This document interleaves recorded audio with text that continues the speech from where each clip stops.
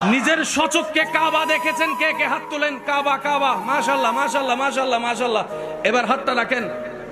কোন কালারের কাপড়? শরীরে কোন কালারের কাপড়? সাদা। জোরে বলেন, শরীরে কোন কালার? কাবাই কোন কালার? কালো কালার কেউ পছন্দ করে না, কাইল্লা।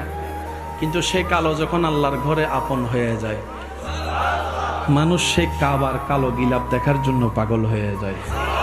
একটু ধরার জন্য ঝগড়া করে পর্যন্ত, এই সুইসর আমি ধরি। সুবহানাল্লাহ বলেন না রে ভাইয়া? কালো কত দামি হয়ে যায় রব যখন কালোটাকে আপন করে নাই। বলেন না সুবহানাল্লাহ? কালোর কোনো দাম নাই। হাবশি যখন আল্লাহ রসুল বলছেন, বেলাল তুই আমার, তুই আমার। সুবহানাল্লাহ জোরে বলেন না?